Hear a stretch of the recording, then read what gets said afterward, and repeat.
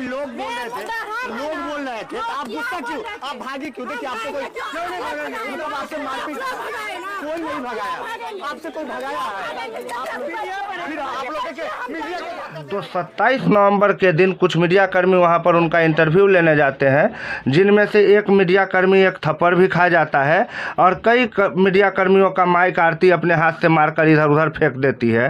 तो ये तीनों का जो कैरेक्टर अचानक से टेस्ट मैच को छोड़ के T10 में खेलने लगे हैं धुआंधार बल्लेबाजी, इसका क्या कारण हो सकता है? इसको साहस करने की क्षमता उन लोगों में नहीं है, तो स्वाभाविक है कि बौखलाहट में इस तरह की कामें होगी। तो आप पत्रकार बंधु भी आप जाइए तो बुलेट प्रूफ जैकेट पहन के जाइए, तो वही ज़्यादा अच्छा है। छोटू की विधवा आरती, छोटू की प्रेमिका आरती, अब मन्नू की बीबी आरती, पहले उमेश यादव की बेटी आरती, अब उमेश यादव की बड़ी बहू आरती, ये 6 आरती में कितना कितना फर्क है। हमारी संवेदना छोटू के माता पिता के प्रति भी है, जिन्होंने अपने जवान पुत्र को खोया है।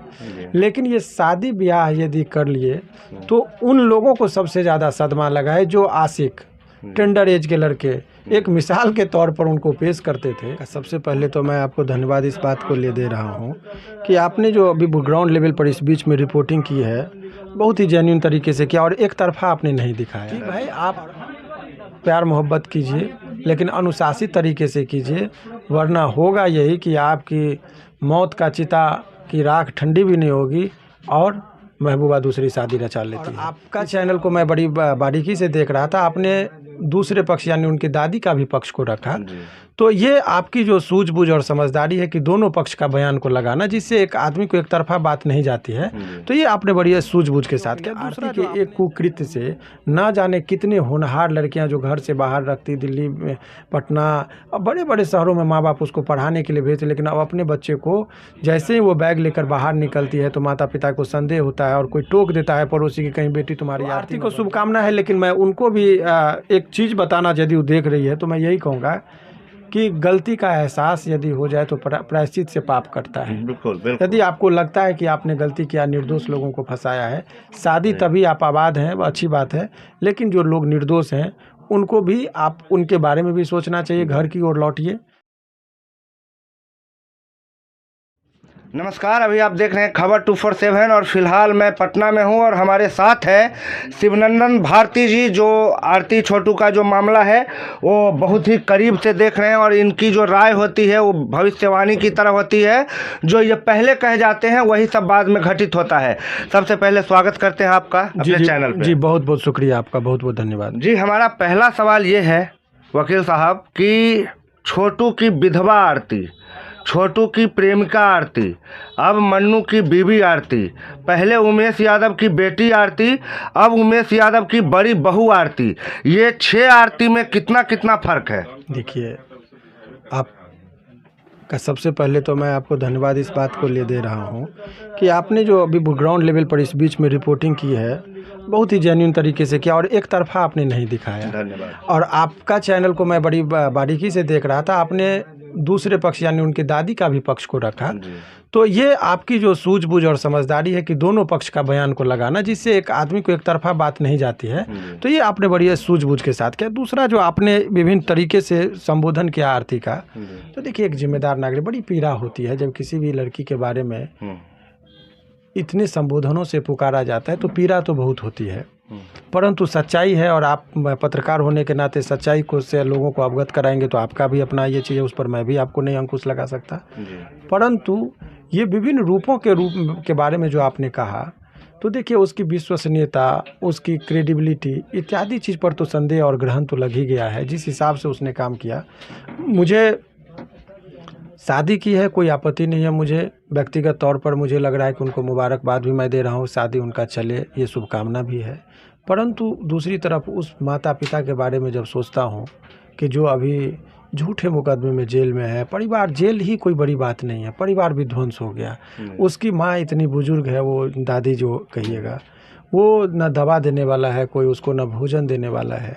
और लोग एक आतंकवादी से भी जितना घृणा नहीं करते हैं, चूँकि एक ओपिनियन बन गया था आरती के कंडक्ट के बाद, और उस दौर को भी उन्होंने झेला है निर्दोष होते हुए। देखिए, हमारा और आपका काम है चीज़ों को दिखाते हैं, लेकिन समाज तो बहुत चीज़ों पर डिपेंड करता है। तो उनके प्रति भी हमारी गहरी संवेदना है। हमारी संवेदना छोटू के माता पिता के प्रति भी है जिन्होंने अपने जवान पुत्र को खोया है। लेकिन ये शादी ब्याह यदि कर लिए तो उन लोगों को सबसे ज़्यादा सदमा लगा है जो आशिक टेंडर एज के लड़के एक मिसाल के तौर पर उनको पेश करते थे। उनको लग रहा है कि भाई ये क्या हो रहा है कि मैं उनको ठगा गए, किसका हम समर्थन हमने किया, कौन झूठे और फरेबी लोगों का समर्थन किया। तो उसमें उन लोगों के लिए भी सबक है, खास करके जो युवा टेंडर एज के लोग हैं, कि भाई आप प्यार मोहब्बत कीजिए लेकिन अनुशासित तरीके से कीजिए, वरना होगा यही कि आपकी मौत का चिता की राख ठंडी भी नहीं होगी और महबूबा दूसरी शादी रचा लेती है। इसीलिए अपनी सूझबूझ और समझदारी को हमेशा माने रखे रहिए तो ज़्यादा बेहतर है। जी, जैसा कि आपने कहा, आज के युवा वर्ग आरती को अपना रोल मॉडल मान चुके थे और कई लोग उन्हें झांसी की रानी, कई लोगों ने आयरन लेडी और कई लोगों ने न जाने कितने नाम दिए थे। वो सब लोग तो खैर अभी मुंह छुपा रहे हैं कहीं पर, लेकिन जो समाज का एक प्रबुद्ध वर्ग था, जिस वर्ग के वजह से समाज का चलना तय होता है, दिल्ली हाई कोर्ट से अररिया पहुंचते हैं दो व्यक्ति और वहां पर आकर के वो आरती को इतना बढ़ाते हैं, बड़ी बड़ी नेताओं को फेल कर देने वाले दलील देते हैं कि मैं आईजी से मिलूंगा, डीआईजी से मिलूंगा, मैं उप मुख्यमंत्री को हिला दूंगा, मैं आरती को न्याय दिलाऊंगा। वो फिलहाल अब कहीं नजर नहीं आ रहे हैं, उन पर क्या कहें? देखिए, बहुत अच्छी बात है। एक समझदारी, आप सच्चाई के साथ आप जब रहेंगे तो सच्चाई में बहुत सारी कठिनाइयाँ भी होती हैं। बहुत लोग मेरा आलोचना भी किए, बहुत लोग हमारे ही बारे में कई बार सोशल मीडिया पर चला दिए कि नहीं रहे भारती जी, और लोगों ने श्रद्धांजलि भी दी। बहुत लोगों ने कहा कि इनका लाइसेंस ही रद्द हो गया। बहुत सारी बातें लोग करते हैं, तो वो उनकी बात नहीं कहूँगा। देखिए, एक बात आपको मैं बड़ी ईमानदारी से कह रहा हूँ, मुझे भी पीड़ा हो रही थी कि सच को सच कहिए, झूठ को झूठ कहिए, गलत। और एक जब ये उदाहरण के तौर पर ये पेश हो रहा है ये घटना, तो समाज पर इसका कुप्रभाव नहीं पड़े। हर लड़कियों के लिए आरती के एक कुकृत्य से ना जाने कितने होनहार लड़कियां जो घर से बाहर रखती, दिल्ली में, पटना और बड़े बड़े शहरों में माँ बाप उसको पढ़ाने के लिए भेजते, लेकिन अब अपने बच्चे को जैसे ही वो बैग लेकर बाहर निकलती है तो माता पिता को संदेह होता है और कोई टोक देता है पड़ोसी की, कहीं बेटी तुम्हारी आरती न बन जाए, तो उसका कदम बैक हो जाता है। कलंकित नाम बन चुका है और लोग डर हो गया ना समाज में कि भाई बेटी को पढ़ाएंगे तो आरती जैसी घटना करेगी कि हमको जेल ले जाना पड़ेगा, ऐसे बोले मूर्ख रहो, कम एज में शादी कर दो। ये एक टेंडेंसी बन गई है लोगों को। तो और जब किरण बेदी बनी थी तो अनेकों लोगों ने अपनी बेटी को पढ़ा के बोला कि IPS बनाएंगे। तो दो बेटियां हैं, तो आप किरण बेदी को उदाहरण के तौर पर दे सकते हैं, आरती को उदाहरण के तौर पर नहीं दे सकते हैं। तो समाज में किस चीज़ से प्रेरणा मिलती है? आपने कहा कि नहीं आज़ादी दे दी है सुप्रीम कोर्ट ने कि आप लिविंग रिलेशनशिप में रहिए। तो भाई, आप सुप्रीम कोर्ट किस संदर्भ में बात किया? एक केस को लेकर आपने पूरा एकदम गलत चीज़ को करेंगे आपने कहा कि हम इसको, अरे भाई, जब न्यायालय में केस है, थाना पर केस हुआ, पुलिस अनुसंधान कर रही थी, आप उनको कभी लेके जाते हैं मुख्यमंत्री के पास, उप मुख्यमंत्री के पास, मनोबल बढ़ा रहे हैं, आप नगारा पीट रहे हैं कि तुम करो, गलत काम करो। तो ये हमको जो लगा, मैं किसी पर टीका टिप्पणी नहीं, उनकी जो समझदारी थी उन्होंने किया, मेरी जो समझदारी थी, मुझे लगा कि समाज में मुझे परवाह नहीं है कि कौन क्या बोलता है, मेरा आत्मा कह रहा है कि मैं सही चीज़ की बात उठा रहा हूँ। समाज को मेरा आरती में बहुत इंटरेस्ट नहीं है। ये एक उदाहरण दे के मैं समाज के जो गुमराह बच्चे हैं उन्हें रोशनी दिखाने का काम करता हूँ, टॉर्च बीरर के तरह की, इधर अंधकार है, इधर प्रकाश है, प्रकाश की ओर आओ। ये एक मैसेज है मेरा। चूँकि देखिए, जब कोई भी इंसान जब पैदा लेता है तो वो अज्ञानी होता है, एक गुरु उसको सही मार्ग दिखाता है। तो हमारा और आपका एक कर्तव्य कि मैं ये नहीं कह रहा हूँ कि मैं बहुत ज़्यादा ज्ञानी हूँ, लेकिन जितनी ही ज्ञानी है उसकी प्रकाश को मैं फैला रहा हूँ। कि आज आप लोगों के माध्यम से एक चीज़ हुआ कि वकील का जो इंटरव्यू नहीं मुझे लगता कि कोई समाज लोग देखना चाहते थे, क्योंकि एक खास वर्ग ही देखता था।